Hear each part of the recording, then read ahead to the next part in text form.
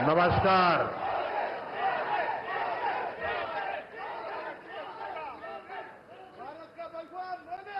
ಬೆಂಗಳೂರು ನಗರದ ಆತ್ಮೀಯ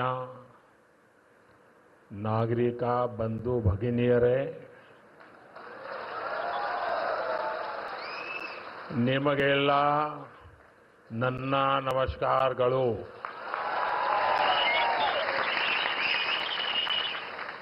कर्नाटक के गवर्नर श्री थावरचंद गहलोत जी, मुख्यमंत्री सिद्धरामैया जी, केंद्र में मेरे सहयोगी मनोहर लाल खट्टर जी, एचडी कुमारस्वामी जी, अश्विनी वैष्णव जी, वी सोमन्ना जी, सुश्री शोभा जी, उप मुख्यमंत्री डीके शिवकुमार जी, कर्नाटक सरकार में मंत्री वी सुरेश जी, नेता विपक्ष आर अशोक जी, सांसद तेजस्वी सूर्या जी, डॉक्टर मंजुनाथ जी, एमएलए विजेंद्र येडियुरप्पा जी और कर्नाटका के मेरे भाई और बहनों, कर्नाटका की धरती पर कदम रखते ही अपनापन सा महसूस होता है। यहाँ की संस्कृति, यहाँ के लोगों का प्यार और कन्नड़ा भाषा की मिठास दिल को छू जाती है। सबसे पहले मैं बेंगलुरु शहर की अधिष्ठात्री देवी अन्नम्मा ताई के चरणों में प्रणाम करता हूं।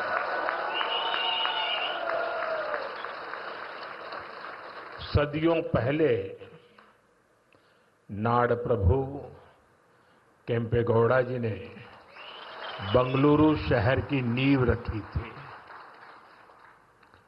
उन्होंने एक ऐसे शहर की संकल्पना की थी जो अपनी परंपराओं से भी जुड़ा हो और साथ ही प्रगति की नई ऊंचाइयों को भी छुए।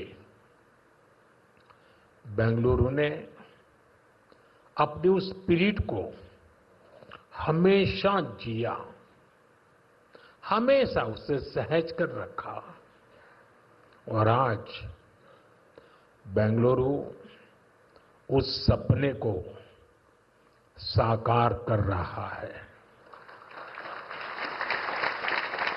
साथियों, बेंगलुरु को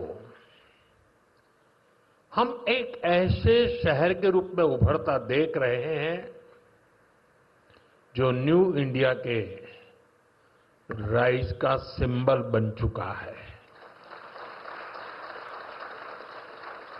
एक ऐसा शहर जिसकी आत्मा में तत्वज्ञान है और जिसके एक्शन में टेक ज्ञान है। एक ऐसा शहर जिसने ग्लोबल आईटी मैप पर भारत का परचम लहराया है। बेंगलुरु की इसी सक्सेस स्टोरी के पीछे अगर कोई है तो वो यहां के लोगों की, आप सबकी मेहनत और आप सबकी टैलेंट है।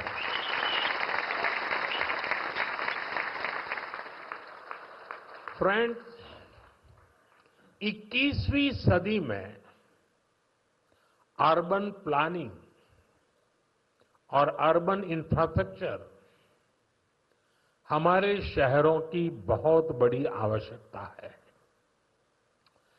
बेंगलुरु जैसे शहरों को हमें भविष्य के लिए भी तैयार करना है। बीते समय में बेंगलुरु के लिए भारत सरकार की तरफ से हजारों करोड़ रुपए की योजनाएं शुरू की गई हैं।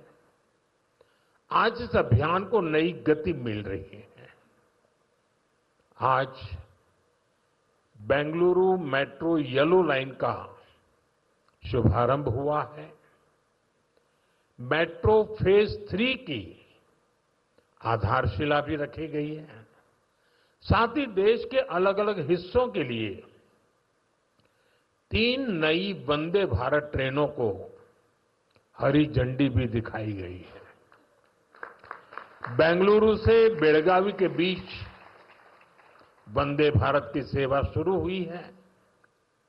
इससे बेलगावी के व्यापार और टूरिज्म को बढ़ावा मिलेगा।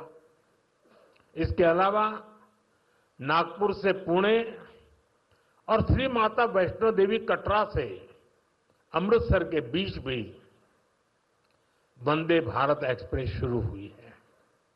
इससे लाखों श्रद्धालुओं को लाभ होगा, पर्यटन को बढ़ावा मिलेगा। मैं इन सभी प्रोजेक्ट्स के लिए वंदे भारत ट्रेनों के लिए बेंगलुरु, कर्नाटका और देश के लोगों को बहुत बहुत बधाई देता हूं। साथियों, आज ऑपरेशन सिंदूर के बाद मैं पहली बार बेंगलुरु आया हूं।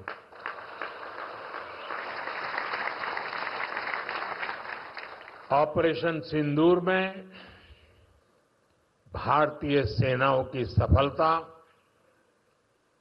सीमा पार कई किलोमीटर भीतर आतंकवादी ठिकानों को नेस्त नाबूद करने की ताकत और आतंकवादियों के बचाव में उतरे पाकिस्तान को कुछ ही घंटों में घुटनों पर लाने की हमारी क्षमता पूरी दुनिया ने नए भारत के इस स्वरूप के दर्शन किए हैं।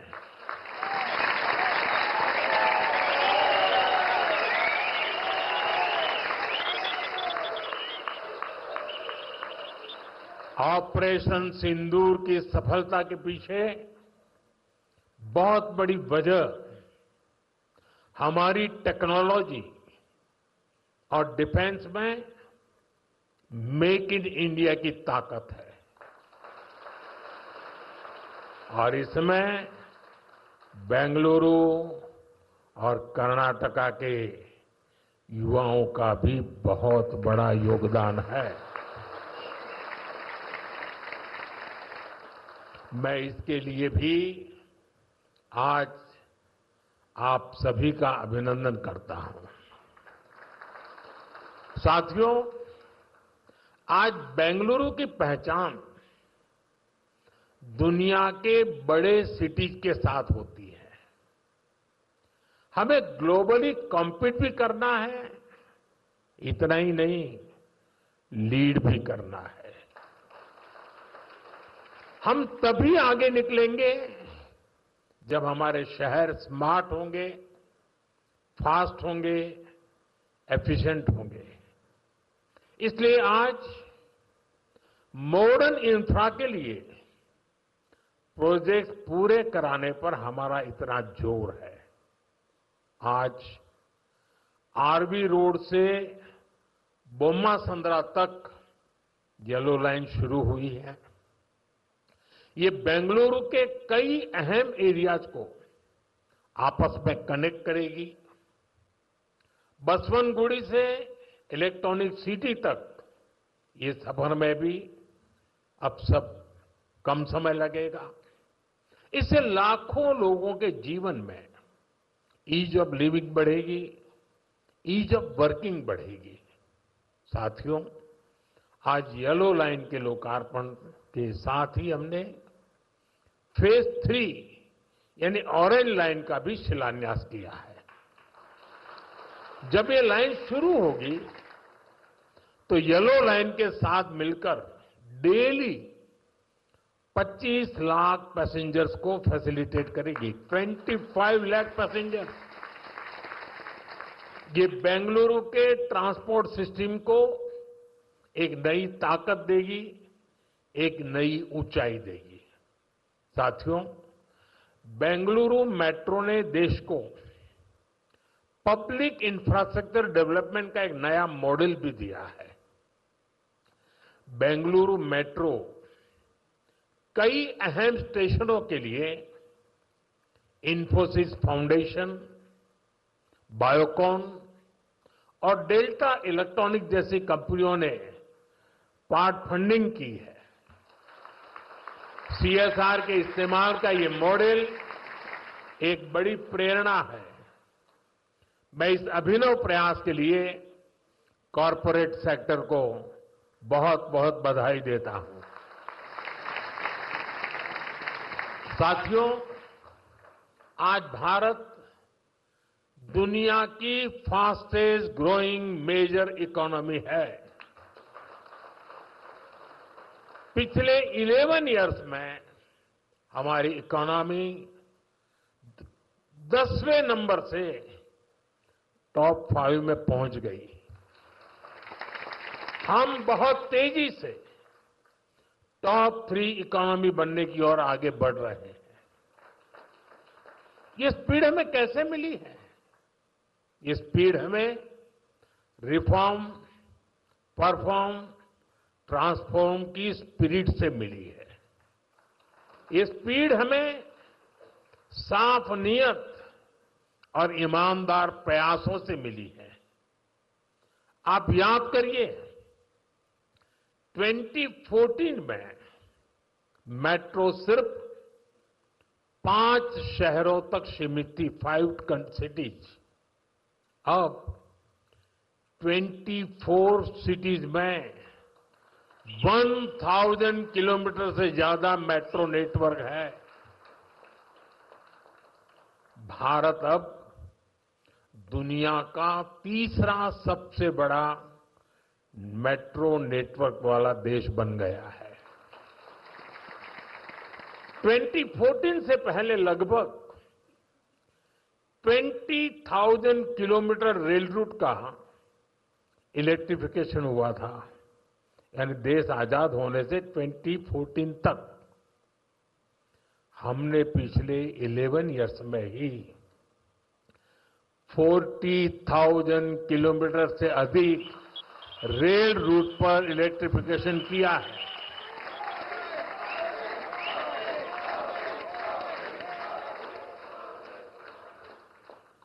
साथियों, जल, थल, नभ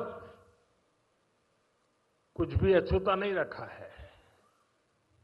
फ्रेंड, जमीन ही नहीं, देश की उपलब्धियों का परचम आसमान में भी लहरा रहा है। 2014 तक भारत में सिर्फ 74 एयरपोर्ट थे।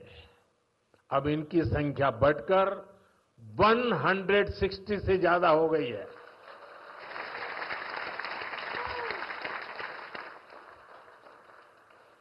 नभ की सिद्धि, थल की सिद्धि और जल की भी वाटरवेज का आंकड़ा भी उतना ही शानदार है। 2014 में सिर्फ 3 नेशनल वाटरवेज ऑपरेशनल थे। अब यह संख्या बढ़कर 30 हो चुकी है। साथियों, हेल्थ और एजुकेशन सेक्टर में भी देश ने एक बड़ी जंप लगाई है। 2014 तक हमारे देश में सिर्फ 7 एम्स और 387 मेडिकल कॉलेज थे। अब 22 एम्स और 704 मेडिकल कॉलेज लोगों की सेवा में जुटे हैं। बीते 11 साल में देश में मेडिकल की 1 लाख से ज्यादा नई सीटें जुड़ी है। आप कल्पना कर सकते हैं इससे हमारे मिडिल क्लास के बच्चों को कितना फायदा है। इन 11 वर्षों में आईआईटीज की संख्या भी 16 से बढ़कर 23, ट्रिपल आईटीज की संख्या 9 से बढ़कर 25 और आईएम्स की संख्या 13 से बढ़कर 21 हो चुकी है। यानी आज स्टूडेंट्स के लिए हायर एजुकेशन में ज्यादा से ज्यादा मौके बन रहे हैं। साथियों, आज देश जिस गति से आगे बढ़ रहा है, उसी गति से गरीब और वंचित का जीवन भी बदल रहा है। हमने प्रधानमंत्री आवास योजना के तहत 4 करोड़ से अधिक पक्के घर दिए हैं। अब हमारी सरकार 3 करोड़ घर और बनने जा रही है। हमने सिर्फ 11 इयर्स में 12 करोड़ से अधिक टॉयलेट्स बनाए हैं। इससे देश की करोड़ों माताओं बहनों को गरिमा, स्वच्छता और सुरक्षा का अधिकार मिला है। साथियों, देश आज जिस गति से विकास कर रहा है, इसके पीछे हमारी इकोनॉमिक ग्रोथ एक बड़ा फैक्टर है। आप देखिए, 2014 से पहले भारत का टोटल एक्सपोर्ट $468 बिलियन तक पहुंचा था। आज ये $824 बिलियन हो गया है। पहले हम मोबाइल इंपोर्ट करते थे, वहीं अब हम मोबाइल हैंडसेट के टॉप 5 एक्सपोर्टर बन गए हैं। और बेंगलुरु की इसमें बहुत बड़ी भूमिका भी है। 2014 से पहले हमारा इलेक्ट्रॉनिक्स एक्सपोर्ट लगभग $6 बिलियन था। अब ये भी लगभग $38 बिलियन तक पहुंच गया। साथियों, 11 इयर्स पहले तक भारत का ऑटोमोबाइल एक्सपोर्ट लगभग $16 बिलियन था। आज ये 2 गुने से अधिक हो चुका है, डबल हो चुका है। और भारत ऑटोमोबाइल का 4था सबसे बड़ा एक्सपोर्टर बन गया है। ये उपलब्धियां आत्मनिर्भर भारत के हमारे संकल्प को मजबूती देती है। हम मिलकर आगे बढ़ेंगे और देश को विकसित बनाएंगे। साथियों, विकसित भारत न्यू इंडिया की ये यात्रा डिजिटल इंडिया के साथ कदम से कदम मिलाकर पूरी होगी। आज हम देख रहे हैं, इंडिया एआई मिशन जैसी योजनाओं से भारत ग्लोबल एआई लीडरशिप की दिशा में आगे बढ़ रहा है। सेमीकंडक्टर मिशन भी अब स्पीड पकड़ रहा है। भारत को जल्द ही मेड इन इंडिया चिप मिलने जा रही है। आज Bharat low cost, hi tech space mission का ग्लोबल उदाहरण बन गया है।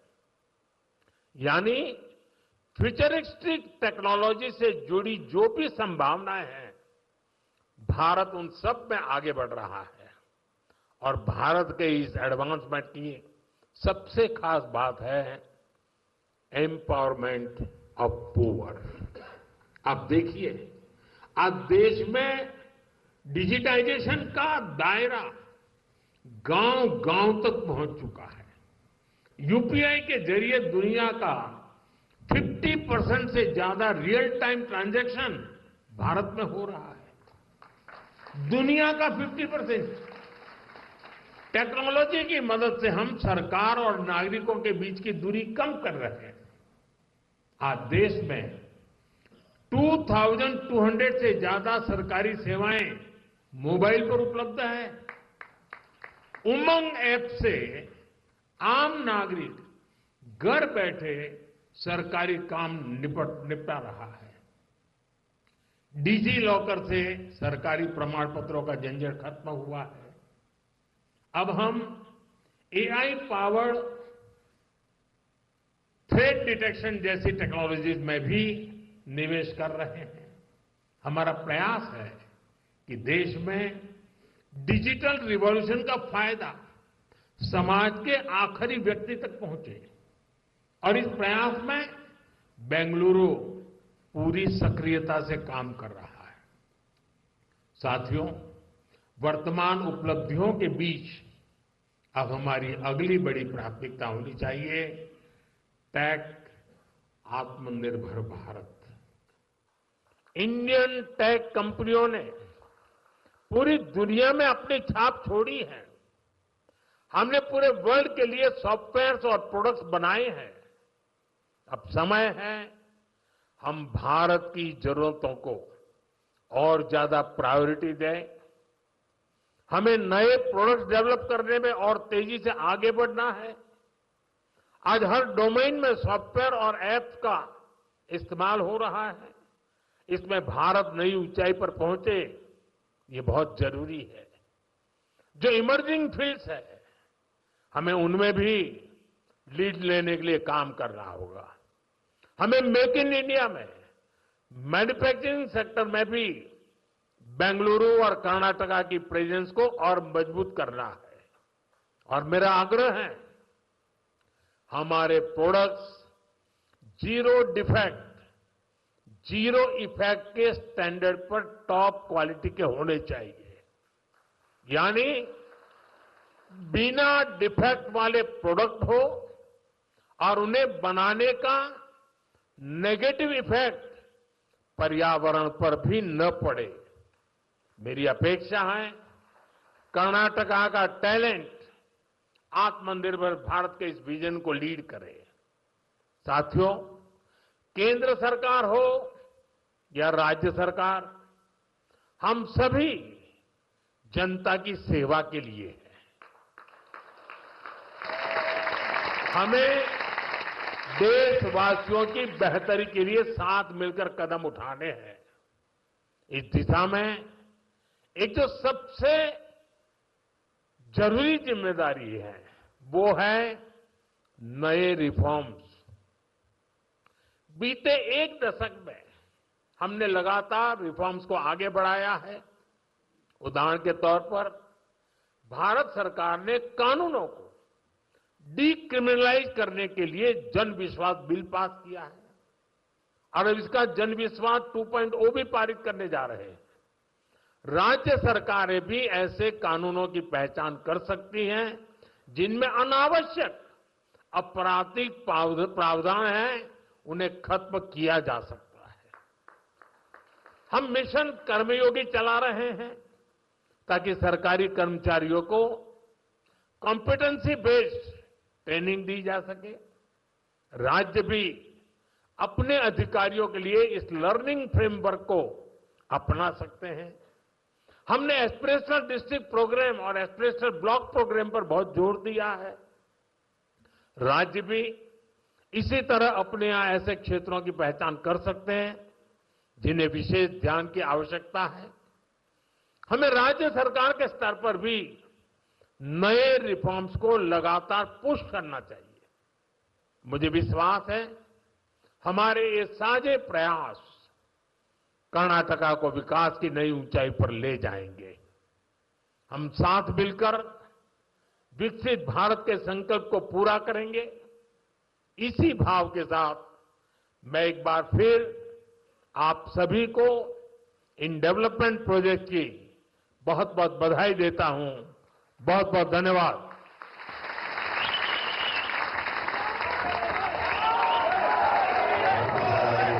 Narendra Modi ji has called upon the entire citizens of Karnataka to be a part of India's growth story.